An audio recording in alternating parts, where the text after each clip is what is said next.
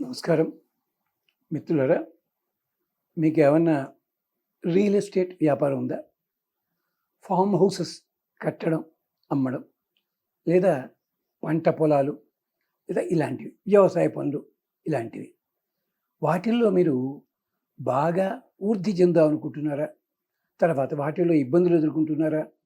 ఇలాంటివన్నీ క్షేమంగా ఉండాలంటే ఇప్పుడు చెప్పబోయే మంత్రాన్ని మీరు శ్రద్ధగా చేయండి. కానీ గుర్తుపెట్టుకోండి, తప్పనిసరిగా 90 రోజులు విడవకుండా చెయ్యాలి. అక్కడ పూజ ఎలా చేసుకోవాలో చెప్తాను. అంతేకాదు, ఈ మంత్రం చెప్పుకుంటాం. మీరు ఎన్ని ఎక్కువ సార్లు జపించగలిగితే అంత మంచిది. లేకపోతే మీరు ఎవరినైనా పెట్టించుకుని రోజు లోపల 500 సార్లు చదివించాలి. వాళ్ళకి తాంబూలం సమర్పణ, అది మీ ఇష్టం. ఇది ఏమిటది? చక్కగా మీ ఇంటి దగ్గర ఉన్న పూల మొక్కలకి నీళ్లు పోయండి.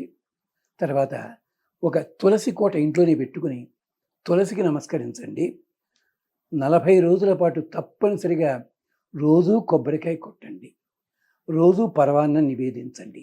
ఇది తప్పనిసరి. మీరు చేస్తున్న వ్యాపారం అలాంటి ఫలితం రావాలి మీకు. దానికోసం రోజూ తప్పనిసరిగా 108కి తక్కువ కాకుండా ఈ మంత్రం జపించండి. జపిస్తే పంట పొలాలు లేదా పెద్ద పెద్ద ఫామ్ హౌసెస్ ఇలాంటివన్నీ కూడా వృద్ధిలోకి వస్తాయి. ఆంజనగంధిం సురభిం బహ్వన్నం అకృషీవలాం ప్రాహం మృగాణం మాతరం అరణ్యాని అశంసిటం. అమ్మా, అరణ్యదేవత అంటే కనీసం పూల మొక్కలన్నీ ఉన్న పార్కు దగ్గరికైనా వెళ్ళి సాయంకాలం నమస్కారం పెట్టుకోండి. ఆ పని చేయండి. అడుగుతున్నారు ఆంజనగంధిం. అమ్మా, అరణ్యదేవత, ఎన్ని రకాల చెట్లు ఉన్నాయమ్మా నీ దగ్గర? ఎన్ని రకాల సువాసనలు వస్తాయి?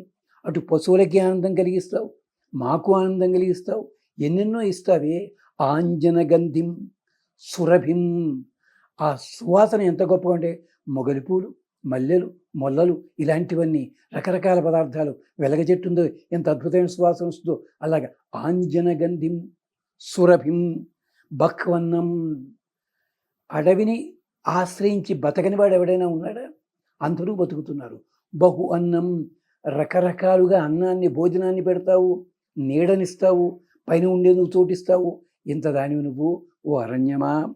అకృషీవలం, మా ఊళ్ళో పంట పొలాలు కావాలంటే వ్యవసాయులు వచ్చి అవన్నీ చేసుకోవాలి. నాగళ్ళు పెట్టి చేయాలి, సేంద్రియ ఎరువులు వేయాలి, మరొకటి వేయాలి. కానీ అడవులు పెంచడానికి చెట్లు కొట్టేయకుండా ఉంటే చాలు. అకృషీవలం.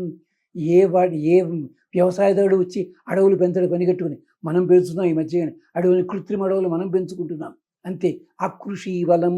అలాంటిది ప్రాహం అకృషీవలం ప్రాహు. అమ్మా, ప్రాహం చాలా గొప్పదానివమ్మా నువ్వు.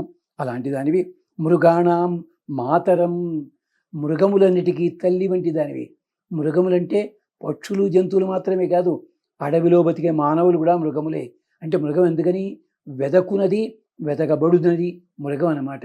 అంచేత పక్షులకి, జంతువులు అన్నిటికీ కూడా మాతరం, తల్లి వంటి దానివమ్మ. అరణ్యాని అశంసిషం. ఓ అరణ్యాని, అరణ్యదేవత. ఈ అరణ్యదేవతనే వేదంలో వనస్పతి దేవత అంటారు. ఓ అరణ్యదేవత, రక్షించు మమ్మల్ని. సరిగ్గా ఇదే మాట మహాభారతంలో అరణ్య పర్వంలో ధర్మరాజు ద్వైతవనానికి దండం పెడుతూ ఇదే మాట చెప్తాడు. ఓ ద్వైతవనమా, ఇంతమంది బతుకుతున్నారు, మేము కూడా వచ్చి నీ నీడలో బతుకుతామమ్మా అంటాడు ఆ మహానుభావుడు. అలాగే ఈ రోజునైతే అడవులన్నీ చదును చేసేసి ఫ్లాట్లు కట్టేసుకుంటున్నాం. అరణ్యాన్ని గౌరవిద్దాం, అరణ్యాన్ని బతకనిద్దాం. అందుకని అరణ్యాలు లేవు కనుకనే చిరతపుళ్ళు, ఏనుగులన్నీ ఊళ్ళ మీద పడుతున్నాయి. ఇంచేత వాడి తిండి లేకుండా చేస్తున్నాం మనం అడవుల్ని నాశనం చేసి. అది గుర్తుపెట్టుకోవాలి. ఇంచేత అరణ్యాన్ని రక్షించవమ్మా. ఇది మొదట 40 రోజులు అన్నాం.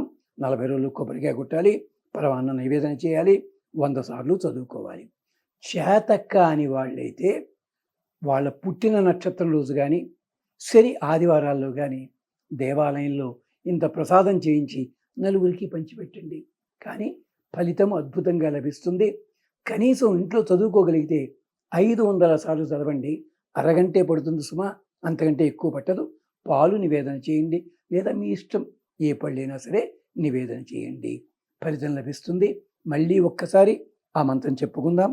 ఆంజనగంధిం సురభిం బక్వన్నం అకృషీవలాం ప్రాహు మృగాణాం మాతరం అరణ్యానిం అశంసిషం. మేము ప్రార్థన చేస్తున్నాం, అరణ్యదేవత రక్షించు. స్వస్తి.